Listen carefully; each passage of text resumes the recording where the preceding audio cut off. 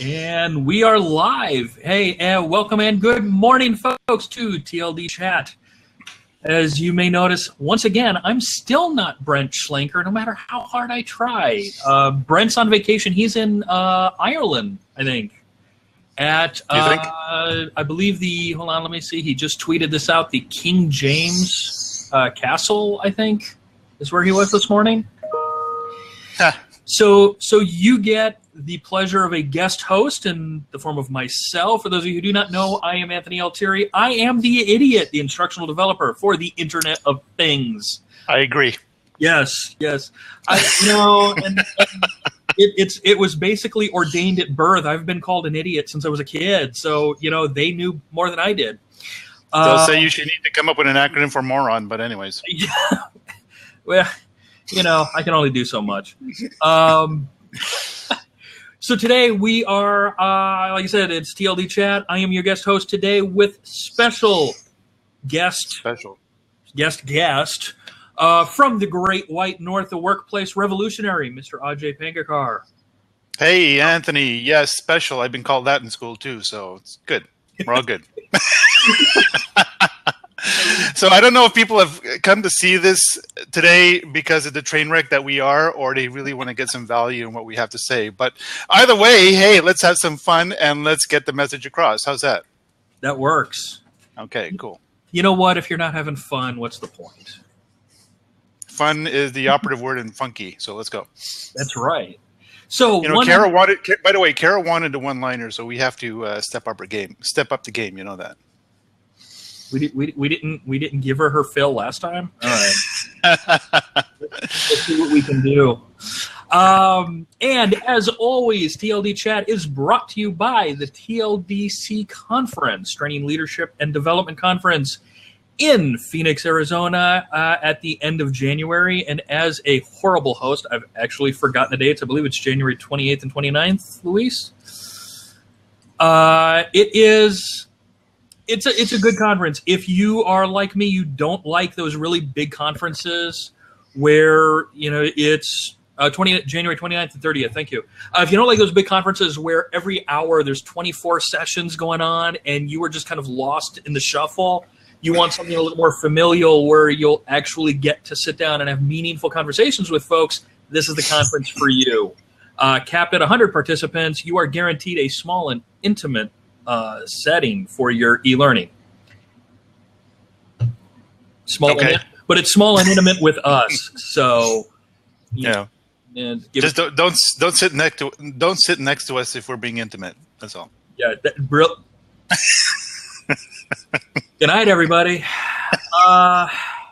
Okay, I think people came here for some type of topic, but I'm not sure. But we'll see if we can get that across. There you go, Kara. There's your moment. So today, by the way, there's going to be some sort of Kara's going to come up with some meme now. You know that, eh? So anyway, well, I'm looking to see if Paul is there because there's going to be one of those posters. Yeah. Yep.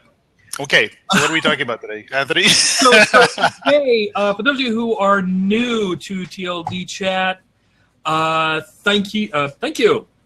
Thank you for making this your first day. We will try not to scare you away, although I make no promises.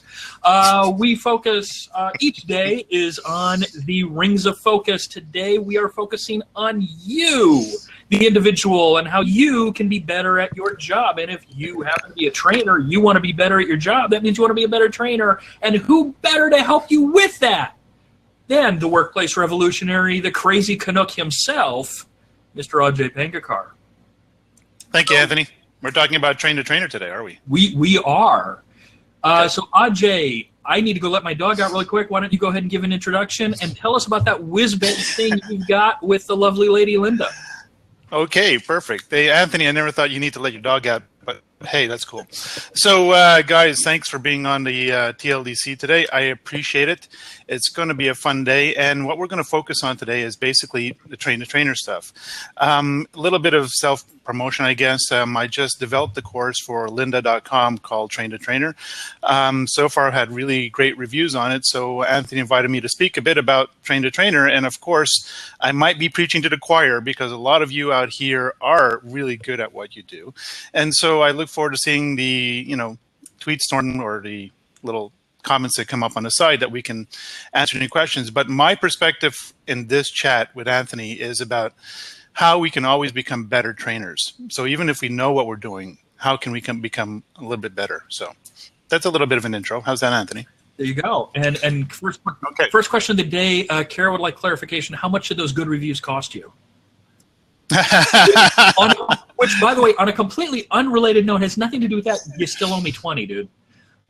No, I know. But anyways, the toque's in the mail. So, but anyways, no, what we were trying to do with lynda.com was basically they approached me and said, look, we want to do a train-to-trainer course. I said, well, isn't there like 100 plus, another 1,000 out there of train-to-trainer courses? Why are we doing another train-to-trainer course? And so they said, well, sorry? Because they want a good one. That's true, possibly. So I said, well, okay, let me reflect on what we can do. And they said, well, we want to approach, let's make the challenge a little harder. Let's go to all people who are new to training and experienced in training. I said, well, hey, that's great because we can create a course just like that. And that's exactly what training is about. Address that course to everybody all the time, anytime. And, that's effective training. So I had to even go step. I'm being sarcastic, by the way, if nobody could tell. I decided to go back and reflect. So how can I balance, what they want to see as a unique train-to-trainer experience, but something that addresses something that is new for somebody who's relatively new to the training business, and somebody who, like you, Anthony, or me, or anybody else in the chat who have been involved in it so long that we need to find that little bit of, that nuance, that little niche that we need to develop ourselves a little further. And so I think I've struck a bit of a balance. I will not sit up here and say, praise it's perfect, and say it's all great.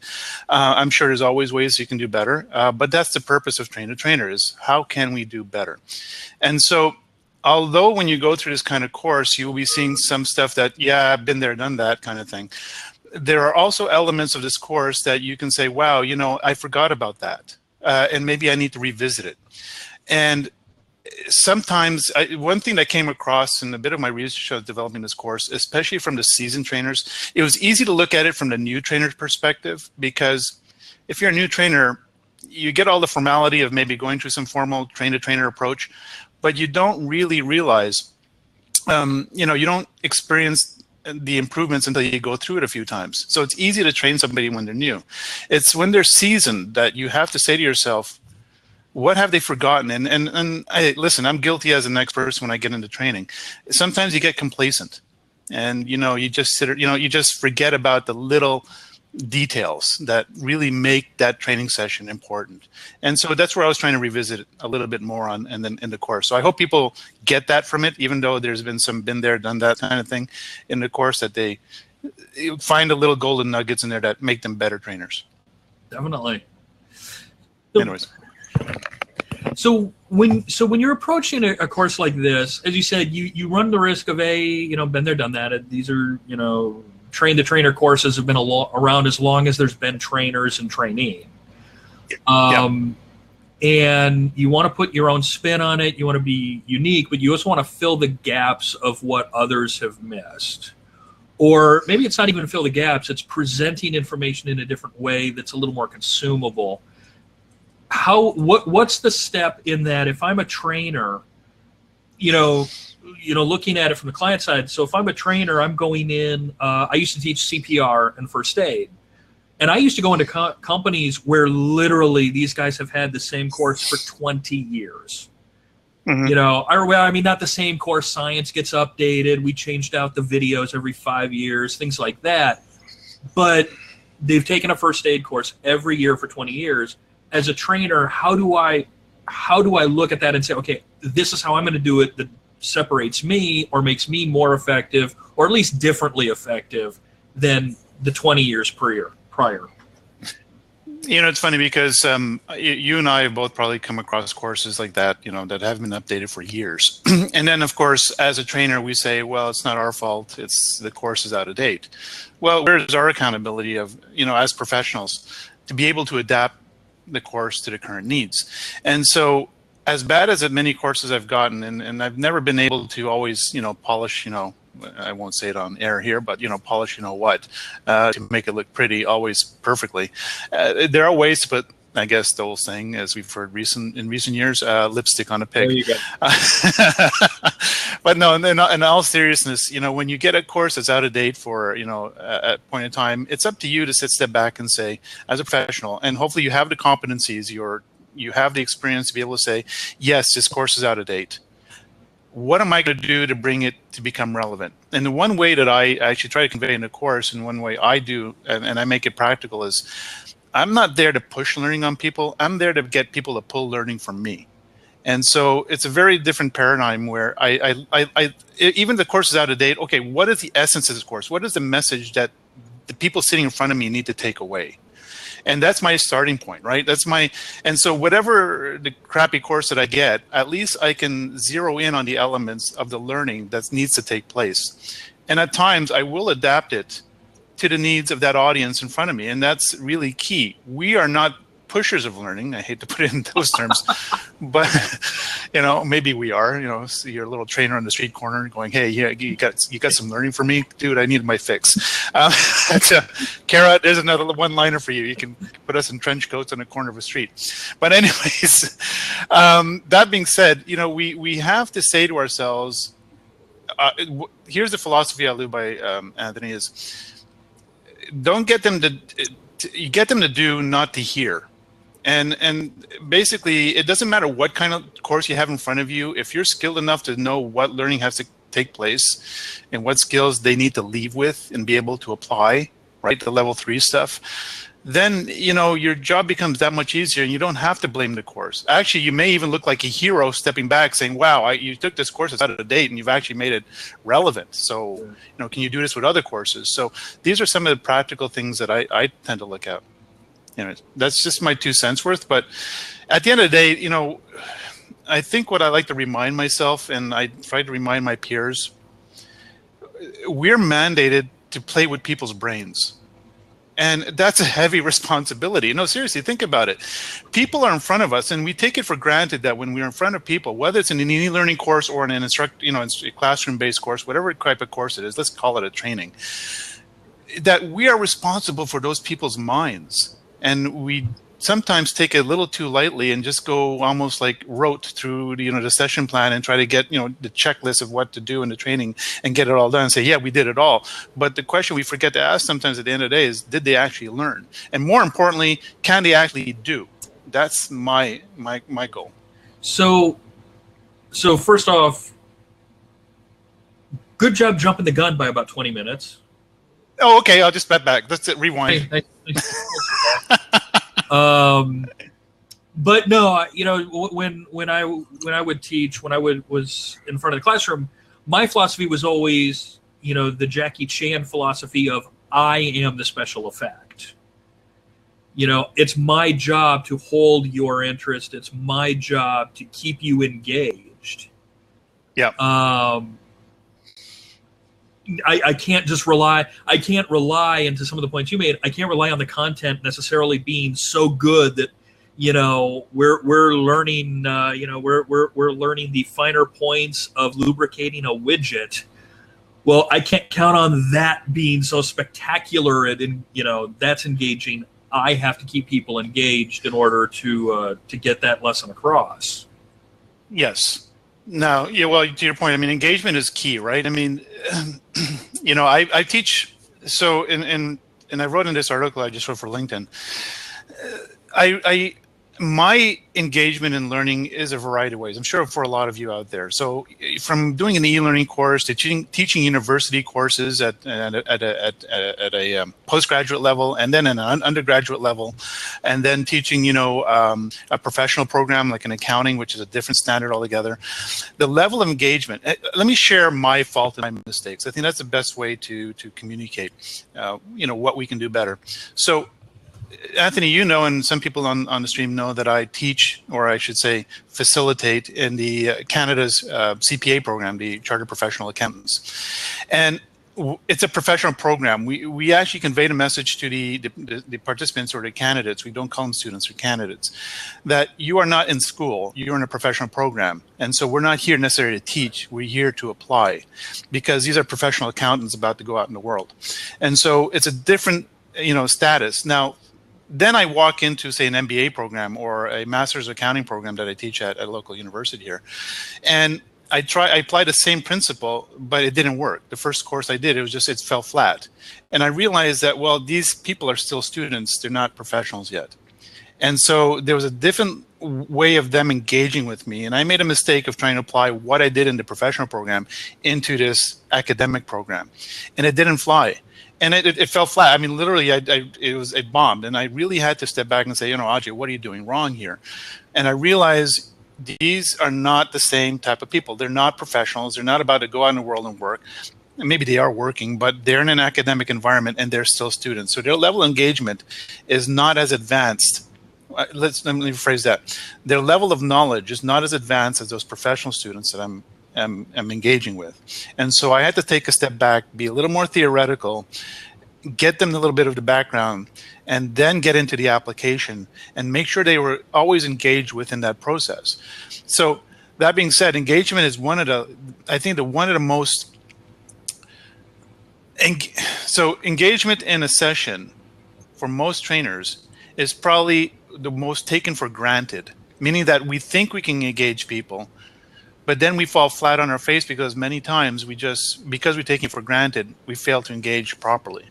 So how do we? And so let me jump on that, because this is one of the things that I have in this kind of a setting. I'll be honest. I'm incredibly uncomfortable doing. This is a little different. When I do like webinars for the Guild or for Training Mag, I'm incredibly uncomfortable. I hate doing those because here too. Because I don't have. There's no way for me to really gauge engagement. I can't feel the room. I can't read the room. It's just me and to Mark's point, it's me and a PowerPoint, and I am not that 1 in 25. Let's be clear on that. So as a trainer, how do you gauge? How do you read the engagement to see, hey, is what I'm doing working? And if not, how do I change gear? The webinar, hey, Anthony, I'm with you. I mean, I'm on webinars, as much as people say I do them well at times, I am really uncomfortable on them. And I think most of us are. And those are that are comfortable, good for them, because it takes an art, I think, to be on a webinar, especially when you have like on the e-Guild ones or any other ones that you're on, when you have like 100 or 200 people on there that are all silent because you can't get them to participate in your 1 hour session. Excuse me. You're almost feeling like you're an island unto yourself because you think you're doing the right things, but you can't read the audience. The only way you can read the audience is by the feedback you're getting in the stream, like we are right now, right? We're trying to read that. And even then, like as I'm talking right now, I'm still a little uncomfortable because I am not watching the stream because I'm talking to the camera and trying to keep my thoughts in place. So I think there's a different set of skill set that we need to start practicing, considering that we're going more online, we're doing more webinars. The generations that are coming up, meaning forget about the Gen Ys or millennials. There are generations behind them about to enter the workforce that are more technological, more technology savvy than the millennials are. I mean, you saw it in recent Amazon commercials where the millennials are saying, I'm going to watch this movie and get this book online. And then there's like two 15-year-olds looking at them like they're old school. Like, why are you doing that? You just stream all this crap, right? The technology is moving faster than we can think, and it's affecting the generations. You and I know Mark Lassoff has said this in the past that, I mean, not to us personally, and maybe he meant it to us personally, but we're dinosaurs. And to a certain extent, he's absolutely right. Sorry, Mark, I don't let this go to your head, okay, please. But, we are dinosaurs at times because we are not comfortable with technology. We say we are, but we're not. So the new trainers coming up need to be adept at being able to engage people on a one-way surface, like this, right? Or an e-learning course, where you better hope that when Anthony or Ajay is watching the e-learning course, that we are engaged in it. And how do we build that engagement into the e-learning? So to your point, I still think that instructor-led and classroom-based learning is not going to disappear entirely, because again, like I said before, we're responsible for people's brains, and learning is a social event, meaning that we interact with people. We need to read their cues. We need to read their misunderstandings. Like, when you're in a session, Anthony, I know I've known you for a while now, and I can just see you up there. You probably know how to read people, right? I mean, you look at when you're instructing, especially topics that you instruct in. Like you're at a session at anywhere at one of these conferences. You're doing XXPI or beacons. I mean, sometimes it goes over my head, and I'm like, I just want to sit in one of Anthony's sessions actually to learn a little bit more, because I'm sure the way he is with me in person and with others, he probably will get me engaged in this stuff and be able to understand it. But that takes face-to-face interaction. That takes you and me to look at each other, and you as the instructor to understand if I'm understanding or not. And you don't get that through technology. And maybe I'm still a dinosaur, Mark. Maybe we'll get, some, holograph pop into my house kind of thing, and it'll be interactive of some sort. I don't know. But. CNN already tried that. Yeah. Really? Okay. You know what? When CNN does something, you pretty much know that's a bad idea. So how I'm just trying to think. I'm just trying to look at the stream, because I want to hear people's feedback too, because I want, I'm not perfect at this. And like you said, I mean, being engaged online is a tricky thing as a trainer. And the larger your audience, the more silent it becomes. And so what do you do to make it better? And there's a lot of experts on the stream that I think would be able to, point out some advice. And I encourage them to share that advice on this area, because I'm always striving to improve it. I always get intimidated. Even when I did the lynda.com course, I mean, you're in this beautiful studio in California and near the coast, and you got this producer and a director and a sound guy and all this wonderful stuff, and a big, huge, fat green screen behind you. And it's like, great. Talk about intimidating, and you're hoping that your scripts and your content is solid enough to do. And they're encouraging you, because they have to look good too, right? They're producing a course, or they're not going to flatter you that if it's bad. But still, you're second guessing yourself constantly when you're speaking to it and trying to get people engaged in the course, because you're hoping that person at the other end watching it, as I'm promoting it here today, and people looking at it saying, okay, I hope Ajay is not a BSer kind of thing. He's actually trying to deliver value. And that's a tricky thing to do. And it's difficult when now I'm on a Mac, so I'm not looking at a room full of people. I'm looking at a green LED. And now the good news is that green LED is not very judgmental. Although every now and again, I'm pretty sure it's giving me the stink eye. I'm pretty sure. I'm sure even my computer has said, "Dude, too far." Okay, dude, seriously, you just said you're on an Apple, which blows my mind, because you and Apple don't seem to get along. So let's address this right now. First of all, I started using Macs in 1984, so I've probably been using Macs longer than most, if not all, of the people you guys know. I don't have a problem. I kind of have a problem with Macs now because of the way Apple's doing things. My biggest problem is with the iPhone and iOS. And the way they just actually, Mark, I could not get the Lisa. I tried hard to get a Lisa and I couldn't. But no, the iPhone is it's Apple saying, "Hey, users, you're morons here," and that's where I have trouble. But no,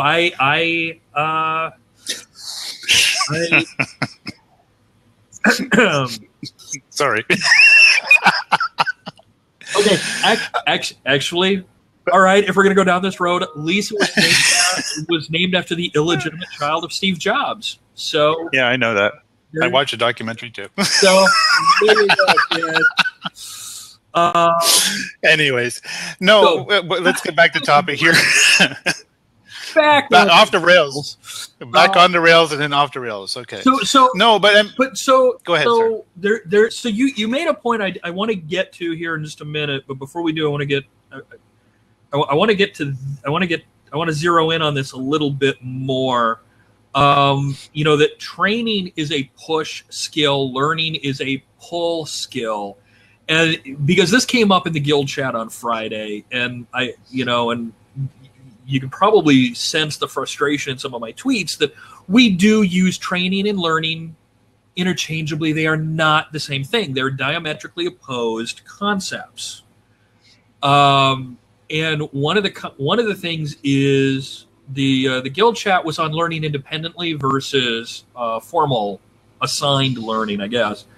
And one of the comments made is, well, when you're independent, you learn what you want to, whereas in formal learning, we tell you what to learn, and the reality is I learn what I want to regardless. You can decide what to teach. I decide what I learn.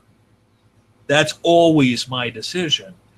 So the first question I want to ask before we get more into that is, so when I'm in a room, what are the things I need to look for? How do I read the room to say, all right, yeah, the room is engaged. Yes, they're paying attention. And what are the things to look for that they're not engaged or not paying attention? And how do I change gear? How do I get them back engaged? So again, it depends on the scenario, but let me just pick one point, a little bit of a tangent here, but you said something, learning and training. I said in one of the videos on the lynda.com course, I said, have you ever thought, am I learning now? Have you ever asked yourself the question out loud, am I learning now? And I mean, if you're standing around, like right now, people are chatting with us, they're interacting with us, we're talking to each other, we're trying to convey some knowledge, and we're actually learning. So through the interactions, we're actually learning, but we're not asking ourselves, are we learning? So to your point, Anthony, learning is something that we, unconsciously tend to do. We're human beings. We're meant to learn. If we weren't meant to learn, we'd be sitting in some cave, hugging each other, because no one would have had the guts to invent fire or discover fire, not invent, but discover fire, because innate in a human being is to learn. And it's the fight or flight scenario, right? Innate into our human genome, our genetic coding, is the way that we need to become better and progress.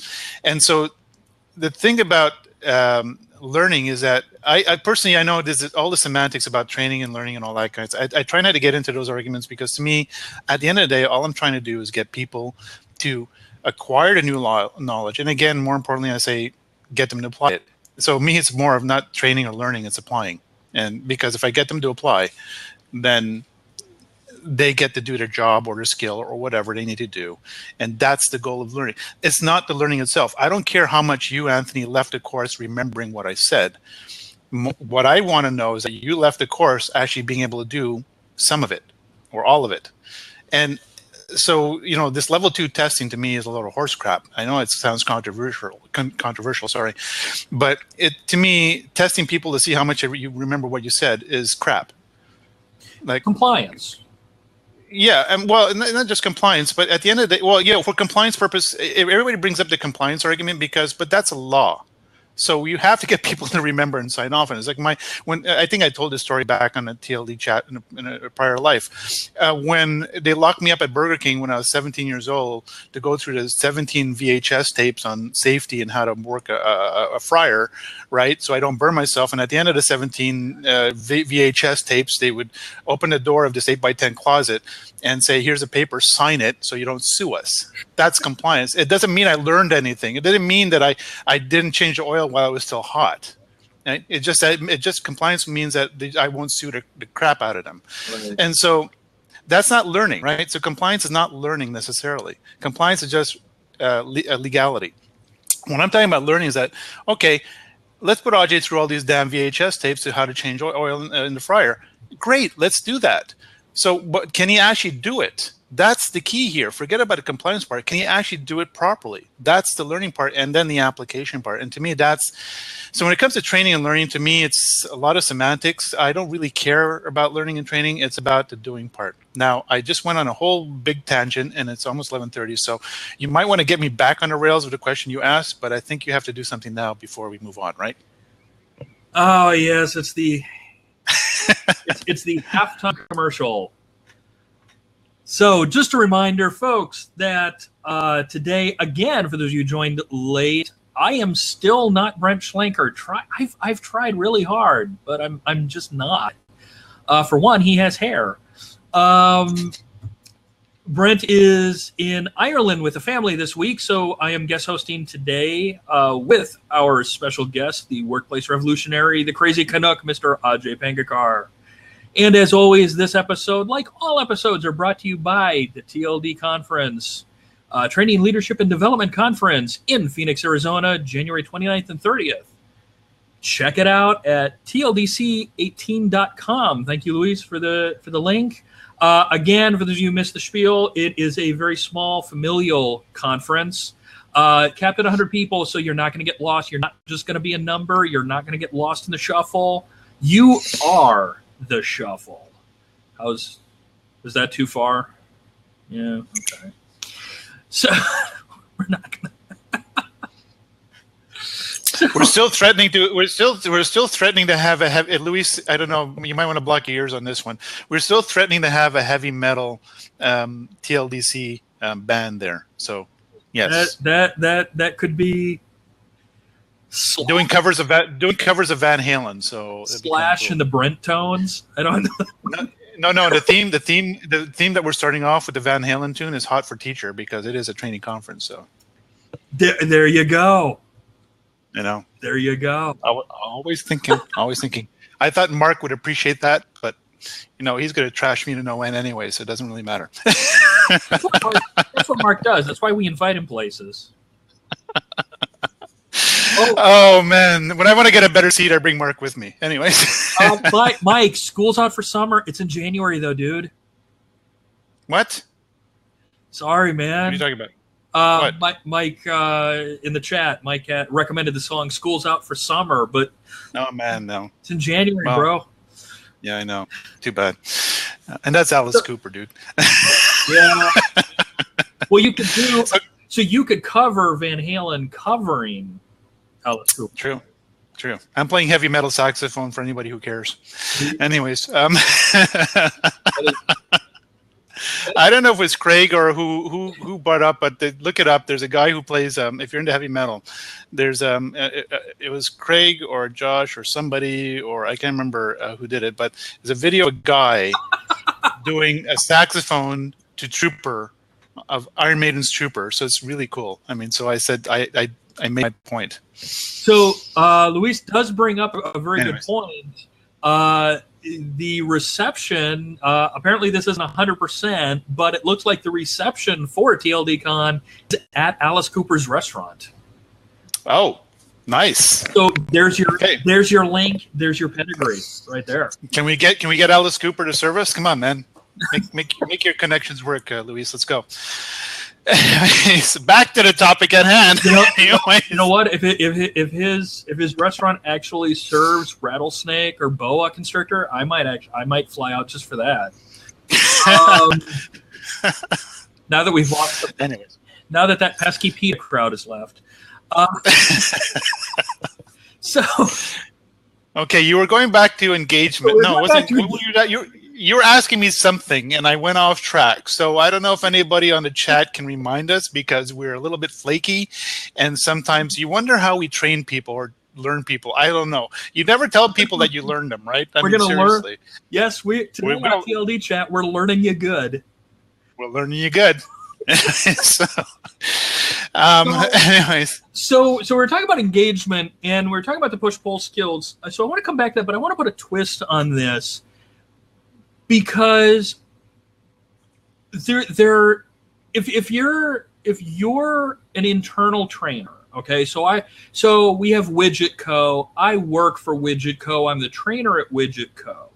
All right, that's a little bit different than if I'm an independent contractor and Widget Co. has hired me to come in and train their employees.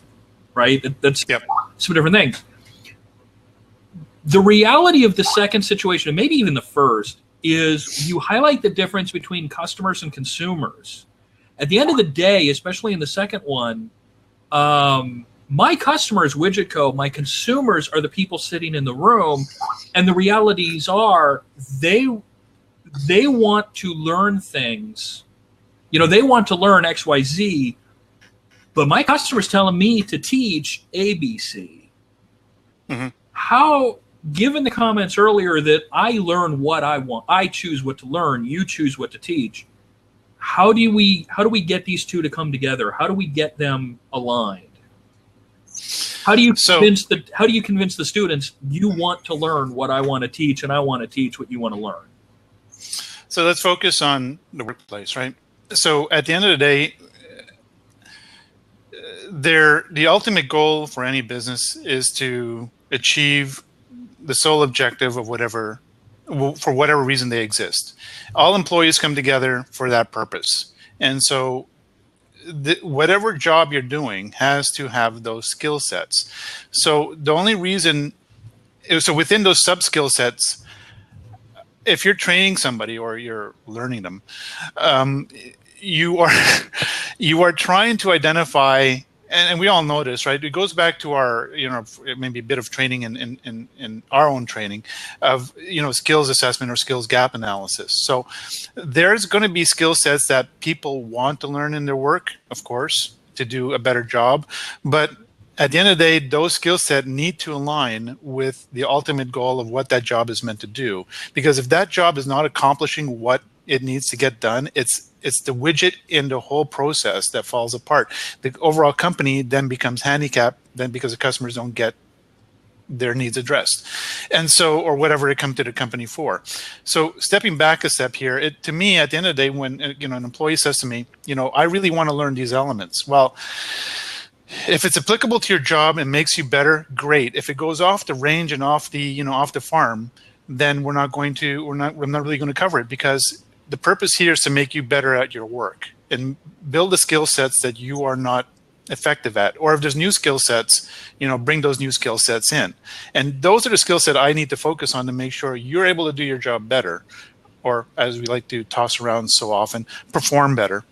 And then if they perform better, then overall the company will perform better to achieve their objectives. So to me, at the end of the day, when I'm training within the workplace, I don't, I hate to say this, it sounds sort of cold and harsh, Anthony, but I don't care what they want to learn. At the end of the day, I want to make sure they're learning for what it makes them better in their jobs. You know, the subtle difference, that's, kind of thing. It's like, when back in the day when I was working for this major corporation, they said, no, Ajay, I wanted to study something in finance. I remember that. And they said, no, we're not going to cover your tuition in finance. But if you do an MBA, we will cover that, because of course the MBA skill set is more applicable to the company than whatever I was trying to specialize in finance. And so it speaks to that. It resonates exactly to what the company wants. They will cover tuition in areas that benefits them if I want to learn it. But they're not going to cover something that is not either aligned with my job or aligned with the objectives they want me for in the company. And so at the end of the day, there is some benefit to giving some learning around, the periphery, I guess you want to call it, of things they want to learn to make them better. And today, there's companies like Google and Facebook and all this who actually promote people being more diverse. So they'll tell people, take a bit of a paid holiday and go learn something different.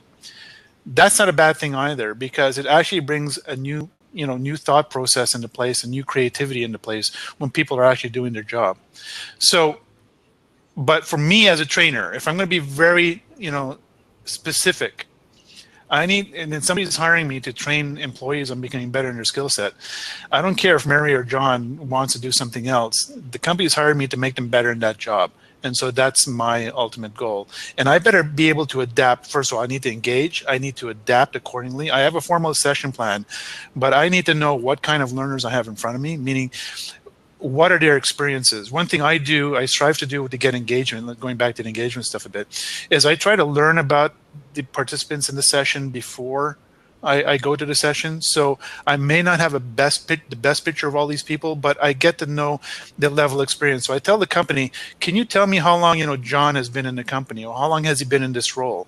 And so it gives me a context of the experience these people have. So when I'm in my session, I can stray from the session plan and leverage the capacity of what's sitting in front of me. and not insult them. So if John or Anthony is sitting in front of me and has a wealth of knowledge on a topic I'm talking about, well, maybe I want to leverage that into the session and get their buy-in so they become a bit of my champion. The other thing it does as well, it allows me to be a bit of an investigator. So if they're describing a task that they're doing for a long time and I see some faults in it, then I can help them correct that. So it makes me almost like a diagnosis and building a champion in my corner. But it really helps me leverage the room. Now, this takes time. And if you're not willing to invest the time to make that session worthy, then people are going to leave it not learning anything. They'll say, yeah, I attended a course. It was okay. Ajay was a nice guy, blah, blah, blah.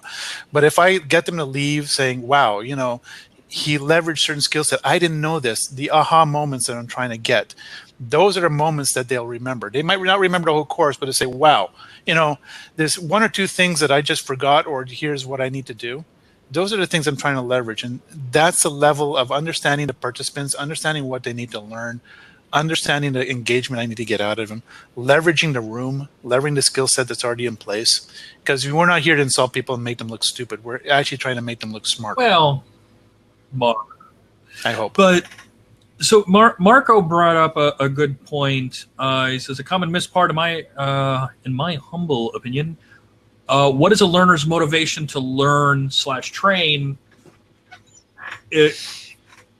So when I make the comment, I'm going to learn what I want to, you're going to teach what you want to, and of that, if I don't want to learn that, I'm not going to pay attention to you. So yeah. How do you address that motivation? How do you convince someone that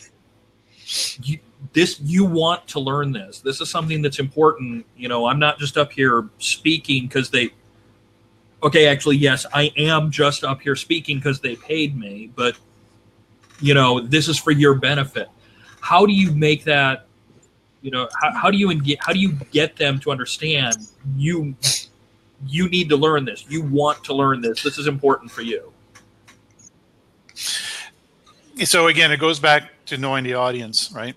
So I know somebody is jokingly putting up the word learning styles, and I'm not for that whatsoever. But it's not the word learning styles I'm looking at. It's understanding the skill sets in my room, understanding the people that are in front of me.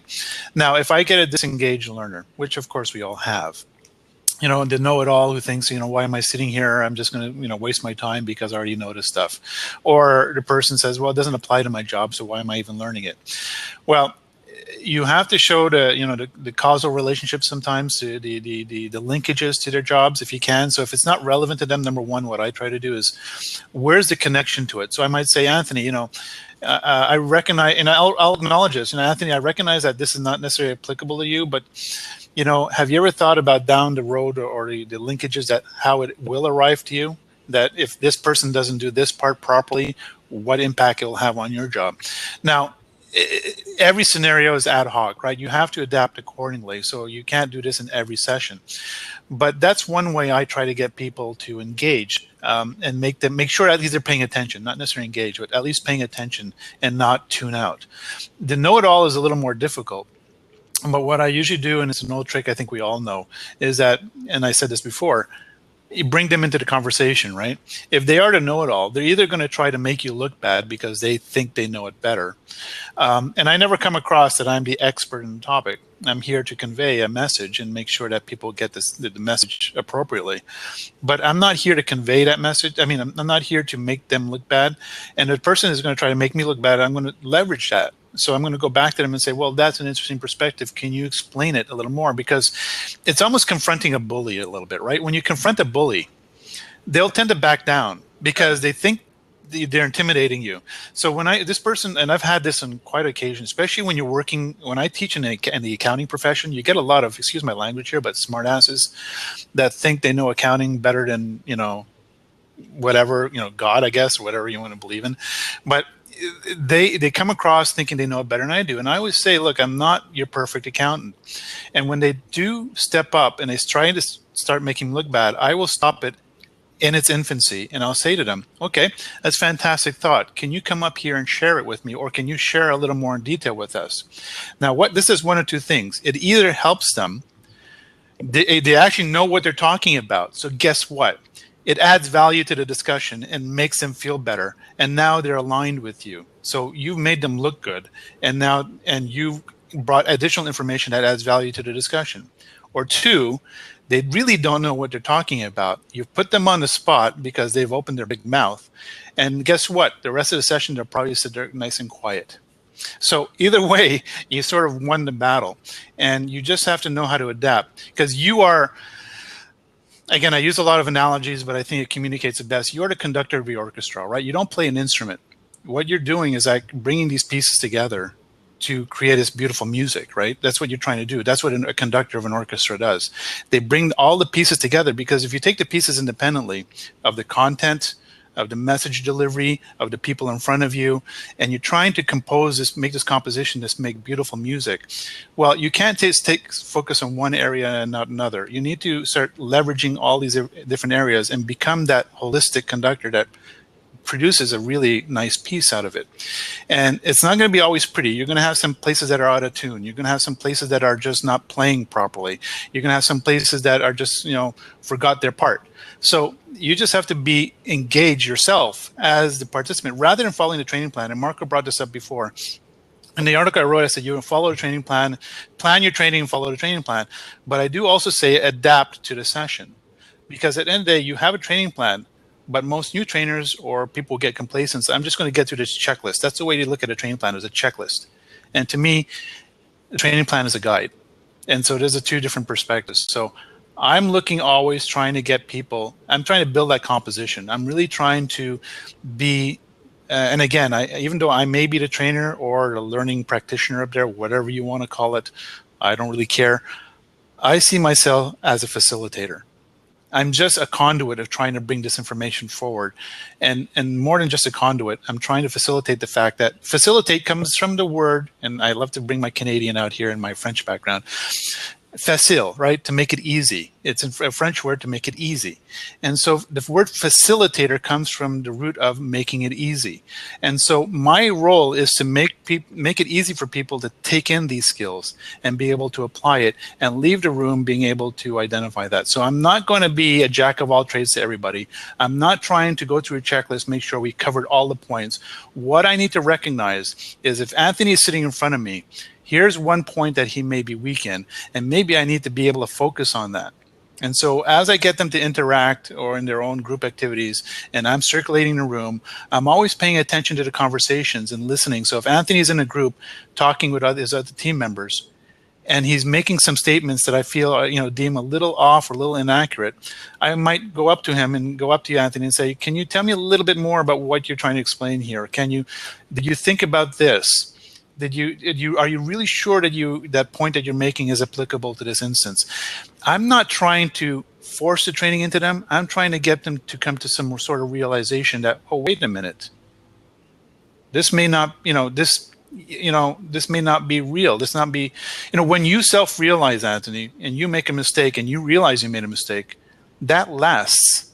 Me telling you make a mistake doesn't. And so to me, that's learning. I need to make people are adults. I'm not working with a 5 or 6 year old child and telling them, no, you shouldn't cross the street because the car is going to hit you. I'm trying to make people realize that adults need to realize that they are making the errors or they have a gap in their learning that they need to acquire. That's my role, is to make sure that they become cognizant of that. That's what I'll have to say. How's the stream going? I wasn't looking at the stream, so. So that gets to a point. Actually, I think you and I may have had the conversation not too long ago. The importance of making mistakes. When you make a mistake, you don't just learn how not to do it. You also have to go and fix that mistake. So you learn kind of both sides, and you will learn a lot more from that. But also because that's experience, that's something you're doing. It's immediately something you can consume. It's something immediately you can compartmentalize, versus someone just saying, hey, you know what, I made this mistake, and telling a story. We forget that human beings are not linear people. Learning is not a linear process. But guess what we do in training? We try to force it to become linear. we have a training plan that structures everything out to a certain point. When I go, and this is really, I say this in all my sessions, whether it's a professional program, if it's academic, or if it's a workplace session, I say to people, I said, if you can't make mistakes in this environment that we're in together, then where else are you going to make the mistake? If you can't take the risk to try something new here, you're not going to be able to do it anywhere else in the workplace or in school, where you're going to be graded differently. This environment is meant for you to learn. And the only way I can do that is if you risk something and you try to do something that I'm trying to bring across here, that you actually have the courage to say, I'm going to see where this goes, right? To me, that's learning. And when they're making a mistake, mistake might be a stronger word, but you know what I'm saying. When they're not applying the skills appropriately, there's my chance to become the facilitator again, to bring them back on track, to bring them back into line, to say, no, you're going down that road, but, or let them go down that road. Okay, take that path. Where's it going to take you, right? Because again, it's let them discover it. It's their journey. Learning is about a journey. It's their journey. They need to know what they're lacking. That's, at the end of the day, that's the skill set here, right? Now, and I'm not going to sit up here that I'm the perfect trainer or learner. No, I'm not. I'm just saying the way I look at learning is the way I like to learn. And that might be a little bit myopic, but at the end of the day, I think people, especially adults, want to experience something. And they have experience, so you need to let them leverage that experience you want them to retain it and be able to apply it properly. And that's a key set in the training process, I believe. Yeah, and actually, as you were talking, there was a comment, a little bit of conversation in the chat stream around training isn't necessarily the same across the board. No. Because what Mark does, and probably about 50-ish% of what I do, people are the consumer is coming to us. We're not half the time I don't deal with the customer, or I should say half the time the customer is the consumer. They're the same people. And the other half, I've got a customer that I have to deal with, and they have consumers, so they have their own consumers. So what works in one place doesn't always work in the other. And I think that is one thing the industry, and this is why, by the way, this is one of the biggest reasons why I have a problem calling it the industry, is we don't recognize we have all these different avenues. We don't realize we have these different sectors that we talk about it like, nope, everybody is training employees. Everybody's training the same, we have to present it the same way to everyone. And no, that is so beyond bad. That's so beyond self-destructive. Yeah, furthermore to that, I mean, Mark made a point, but I was reflecting on Mark's point and your point. We're in a bit, as a training, like we'll call it industry for all lack of better terms, but we're in a difficult position, right? So we're told that we need to convey learning to get people to apply skills. And so that implies a nonlinear process. That implies where we need to really be involved with these individuals. But then at the same time, like in Mark's case and a lot of people selling learning, they have to be almost everything to everybody and try to address all the different needs for learning out there. And so it becomes a challenge that they expect this prepackaged course. It's like in my lynda.com course, right? lynda.com course. They expect this, Ajay, cover this stuff off, right? Cover this. Well, okay, great. So, and they're hoping to attract a volume audience. Well,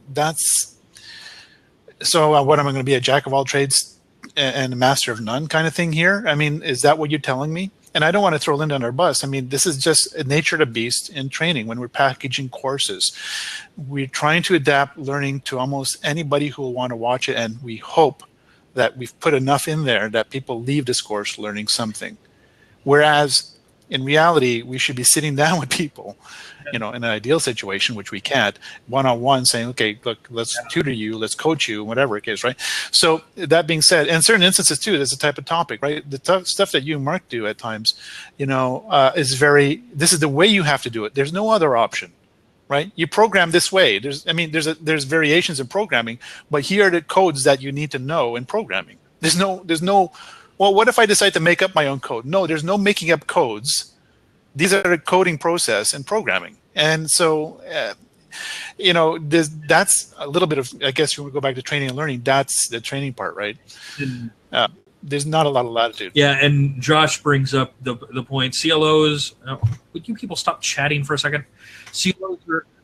It keeps going by to smart people, I swear to God. CLOs are buzzing about content curation instead of custom e-learning creation because it's something that already exists. I don't have to pay to have it created. I don't have to pay for the R&D time. It's something that's already there. I can just reuse it. I don't want to say it's more cost effective, but it's cheaper. And if it gets the job done, fully. And that's where we get into trouble as a training industry, profession, whatever it is. Josh made a good point. There's the degrees of the importance of the training, right?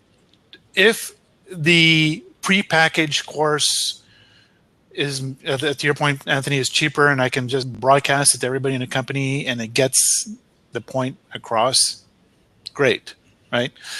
But if it's really relevant, if it's really important, for example, we did work for a company not too long ago that was focused on, they wanted to improve their customer service process significantly. Now, any other company would have probably just, went off the rack and bought a customer service course and put everybody through it, right? Like a assembly line. They said, no, we're not just going to do customer service. We want to know what customer service means to us. And what does it mean to our customer? And they did that whole analysis, right? They did that whole analysis with the customer service team, the marketing team, the sales team. Everybody was involved, and they went back and they said to the training department, "Okay, we've read this reconnaissance of all this data. This is what it means to us. Now we have to craft a message for all employees and what it means to each department employee. How does that translate to the production department? What does it mean to the marketing department? What does it mean to the finance department? And guess what? They didn't buy off the rack. They customized something very particular to each of these departments because it was that important to them that they paid the money to build something. Now, guess what? They became leaders in their field in customer service. So it just speaks to the point of to what point is the CEO of the organization going to realize what is important to them? And that will actually indicate the direction they want to take the company. So it's either a lot of fluff and we want to be the best in customer service and just take it off the rack and train everybody, or they're going to be serious about it and say we want to be relevant in customer service, and then what does relevance mean in our company, and actually focus the learning around it. So then you're communicating a message as a trainer. Your job becomes a little easier because when you're communicating a course or designing a course, you're designing to specific audiences to what it means for them, right? So if I'm talking to the accounting department, I'm speaking very differently than when I'm speaking to marketing department. And so in the terms of customer service. And so I can now adapt my message accordingly and make sure the learning takes place that's relevant to them and not have them learn everything. But again, it goes back to what's important to the company, what's important to the outcome. Yep. I mean, at the end of the day, it goes back to whoever's, look, let's bottom line this. At the end of the day, it goes back to whoever's writing the check. Yeah.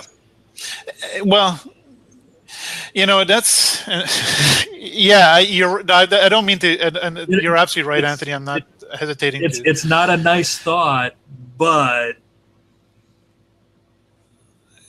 this is where I don't know what type of words I can say on here. That doesn't get me censored. Luis will ban me for life. Wait a minute. Hold on, Marco. What time is it in Britain? Are we before the watershed?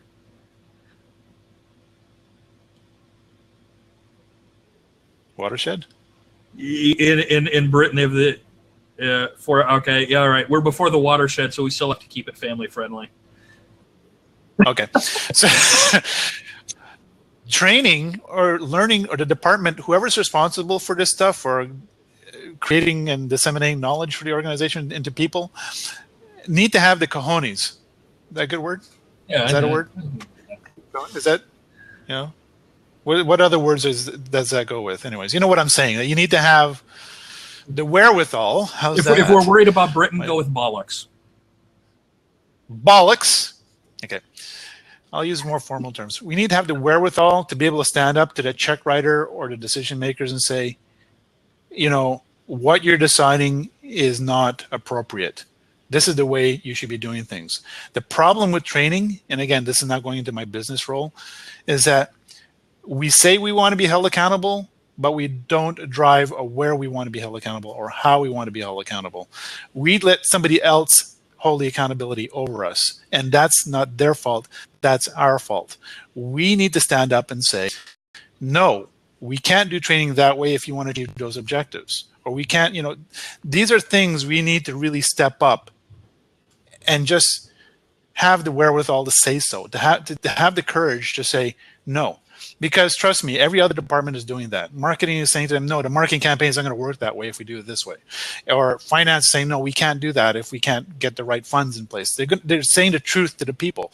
We just sit back and say, oh, you want us to train? Hey, great, fantastic. And I'm going to have a job now. That's I'm being light about it, but that's the reality a lot of times. It is. And I understand it. Hey, I like getting paid too. But I think it comes back to a question of priorities, and that's a whole show in and of itself. So maybe well, guess what? That might be a good segue because we have a show, me and Mike, coming up on Wednesday talking about business accountability, right, Mike? You do. So about that, we are at the top of the hour, so we'll do the outro. Ajay, is there anywhere people could get more Ajay Pangarkar?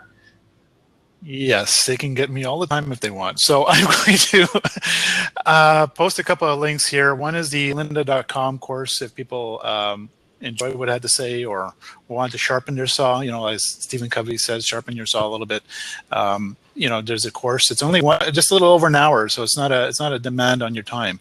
I have a new article out, Value Tweeters. Anthony, you're on it. You're always on my list. The top value tweeters you can find out there if you want to follow people. And of course, I'm on Twitter at BizLearningDude. That's BIZ Learning DUDE. And of course, visit my website, centralknowledge.com, or my book, The Trainer's Balanced Scorecard. And I'll see you guys on Wednesday with Mike. Anthony? I was just trying to say thanks, thanks guys, and I couldn't find the comma. I get lost sometimes. That's okay. While you're doing that, this is the other one. I'll put it up again. I just published an article on LinkedIn about Train to Trainer. And so I just put the link up there as well. Awesome. And as far as Ajay's list of great tweeters, guys, I'm on it. So just put some context around the value of that list. Think about that for a minute.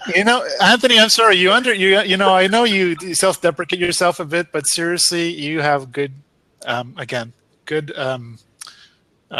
manure. How's that? I eat well. I don't know. With that, folks. Again, I'm Anthony Altieri. Brent is back, I believe, on Thursday. Luis, Thursday or Friday of this week, I believe. He is back. Oh, he's gone all week. So we have guest hosts all this week. I am back here. You get another dose of me tomorrow.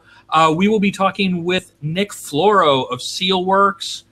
Those of you who do the conference rounds, Nick. He speaks at all the conferences. He's just a really great guy. He and I have worked together for a long time. We're going to talk about dealing with clients, dealing with customers, because gosh darn, aren't they just always so much fun?